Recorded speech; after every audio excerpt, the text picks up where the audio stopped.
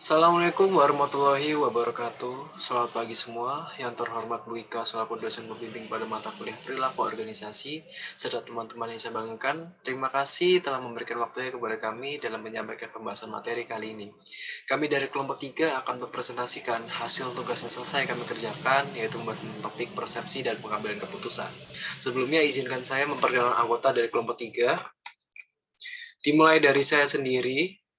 Perkenalkan, nama saya Muhammad Yafi Alfiandi dengan NPM 210 sebagai moderator dan ketua kelompok dari kelompok 3 ini.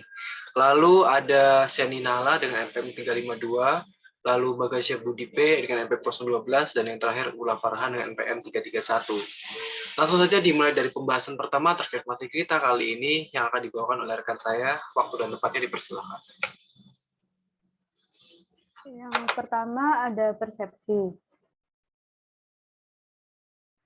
Persepsi adalah suatu proses di mana seseorang melakukan pemilihan, penerimaan, pengorganisasian, dan penginterpretasian atas informasi yang diterimanya dari lingkungan.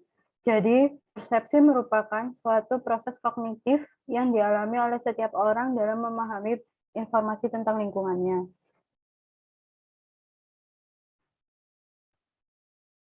Faktor-faktornya yaitu ada pelaku persepsi. Pelaku persepsi sendiri adalah penafsiran seorang individu pada suatu objek yang dilihatnya akan sangat dipengaruhi oleh karakteristik pribadinya sendiri.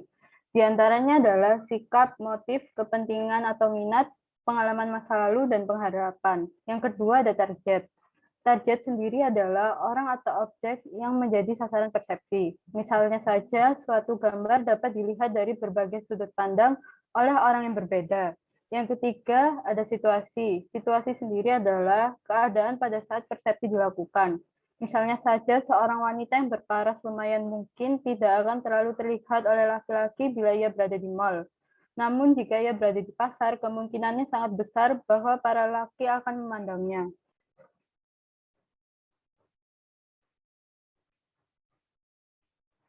Teori atribusi, yaitu cara kita menilai orang secara berbeda-beda, tergantung pada makna yang kita kaitkan dengan perilaku tertentu. Ini menunjukkan bahwa ketika kita mengamati perilaku seorang, kita berusaha untuk menentukan apakah itu disebabkan oleh internal atau eksternal. Penentuan itu sendiri sebelumnya sangat bergantung pada 3 faktor. Yang pertama, kekhususan. Kekhususan sendiri adalah derajat perbedaan reaksi seseorang terhadap berbagai stimulasi atau peristiwa yang berbeda-beda. Yang kedua ada konsensus. Konsensus merupakan derajat kesamaan reaksi orang lain terhadap stimulus atau peristiwa tertentu dengan orang yang sedang kita observasi. Dan yang ketiga ada konsistensi. Konsisten adalah derajat kesamaan reaksi seseorang terhadap stimulus atau peristiwa yang sama pada waktu yang berbeda.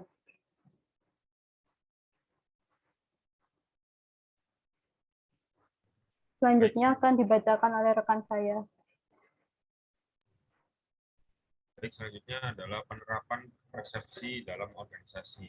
Ada beberapa penerapan persepsi dalam organisasi, diantaranya wawancara sering membuat penilaian konseptual yang tidak akurat. Wawancara yang berlainan akan melihat hal-hal yang berlainan dalam diri orang calon yang sama. Yang kedua, evaluasi kinerja. Evaluasi kerja. Penilaian kerja seseorang karyawan sangat bergantung pada proses perseptual, walaupun penilaian ini bisa objektif, namun banyak yang dievaluasi secara subjektif. Dan yang ketiga ada pengharapan kerja. Orang berupaya untuk mengintegrasikan persepsi mereka mengenai realitas, bahkan jika persepsi tersebut keliru. Pengharapan kita mengenai seseorang atau kelompok, orang akan menentukan perilaku kita. Dan yang terakhir ada upaya karyawan. Penilaian terhadap upaya ini sering merupakan suatu pertimbangan subjektif yang rawan terhadap distorsi dan pangsa atau bias perseptual.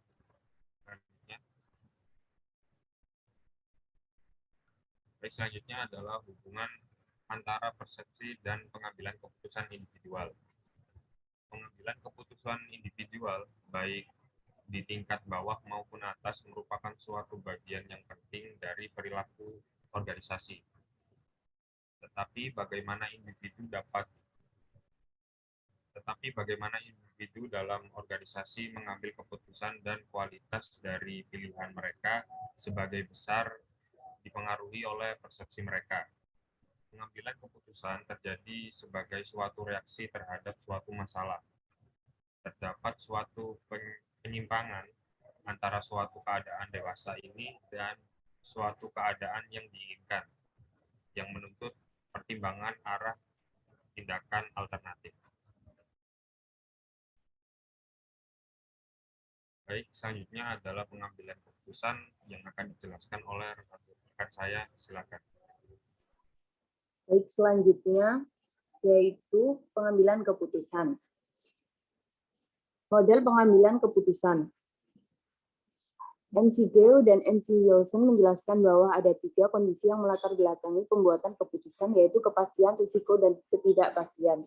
Untuk dapat memahami pilihan di bawah kondisi risiko, harus diketahui 2 hal, yaitu pertama, bagaimana individu menilai atau menaksir probabilitas dari setiap hasil, dan kedua, apa penilaian orang terhadap individu yang ingin memaksimalkan kepuasannya. Untuk memahami kepuasan secara lebih komprehensif, penting untuk mengetahui terlebih dahulu kerangka konseptual dari model pengambilan keputusan. Hal ini tidak secara jelas diutarakan oleh para analis pengambil keputusan. Selain itu, sebuah keputusan haruslah memiliki tujuan. Untuk mengetahui sebuah keputusan rasional, haruslah dihubungkan dengan objektif dari si pembuat keputusan. Dengan demikian, dalam sebuah keputusan berdasarkan model ini adalah terletak pada alasan dibuat atau diambilnya sebuah keputusan yang mencakup apa yang ingin dicapai dan bagaimana melakukannya. Sedangkan model proses organisasi lebih memfokuskan pada proses pengambilan keputusan yang terjadi di tingkat individu dan organisasi. Selanjutnya, model-model pengambilan keputusan. Model-model pengambilan keputusan terdiri dari 3, yaitu rasional, rasional terbatas, dan intuitif. Yang pertama, model pengambilan keputusan rasional pada dasarnya dilakukan melalui 6 tahap. Yang pertama, mendefinisikan masalah. Yang kedua, mengidentifikasi kriteria yang ada untuk menilai kemungkinan solusi. Yang ketiga, memutuskan beberapa penting kriteria tersebut. Yang keempat, menarik berbagai alternatif. Yang kelima, evaluasi alternatif. Dan yang terakhir, memutuskan solusi terbaik. Berdasarkan informasi yang lengkap atau komplit, mencari keputusan yang optimal. Yang kedua, rasional terbatas.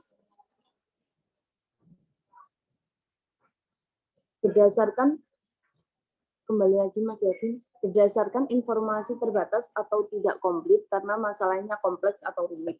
Yang terakhir, intuitif.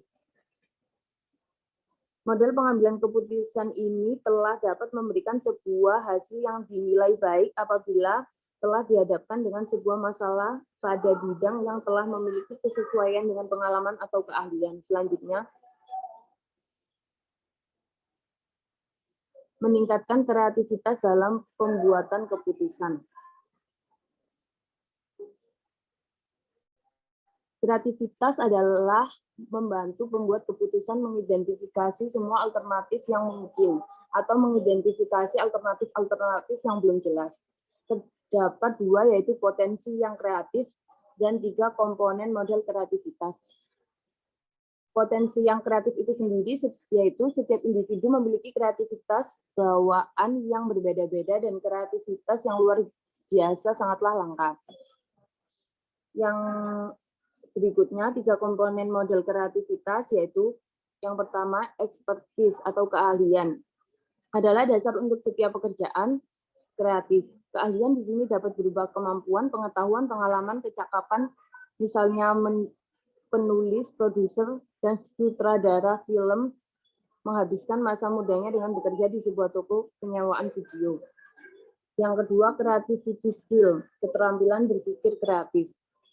Keterampilan berpikir kreatif, hal ini mencakup karakteristik kepribadian yang berhubungan dengan kreativitas, kemampuan untuk menggunakan analogi, serta bakat untuk melihat sesuatu yang sudah lazim dari sudut pandang berbeda. Yang terakhir, task motivation, motivasi tugas, adalah keinginan untuk mengerjakan sesuatu karena hal tersebut menarik, rumit, mengasyikkan, memuaskan, atau menantang secara pribadi. Selanjutnya akan dilanjutkan oleh moderator kita, yaitu Mas Yafi.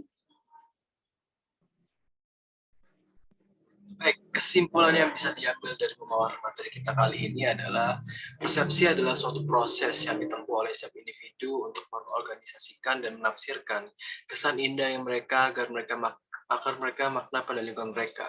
Ketika seorang individu melihat suatu sasaran dan berusaha menginterpretasikan apa yang ia lihat, interpretasi itu sangat dipengaruhi oleh karakteristik dan pribadi individu yang melihat. Karakteristik pribadi yang mempengaruhi persepsi terdiri dari sikap, kepribadian, motif, kepentingan, pengalaman masa lalu, dan harapan. Teori persepsi yang diberikan terhadap orang akan berbeda dengan persepsi terhadap objek mati. Terdapat beberapa teori yang dikemukakan oleh para ahli berkaitan dengan cara membuat penilaian mengenai orang lain atau persepsi orang adalah teori atribusi. Teori yang mengarahkan bagaimana kita mengamati perilaku individu dan mencoba menentukan apakah masalah tersebut ditimbulkan secara internal atau eksternal. Demikian untuk presentasi kita kali ini. Mohon maaf apabila ada kekurangan dari penyampaian materi ataupun salah kata dari kami. Jika ada hal yang masih dibingungkan, bisa langsung ditanyakan melalui kolom komentar. Kurang lebihnya mohon maaf. Wassalamualaikum warahmatullahi wabarakatuh.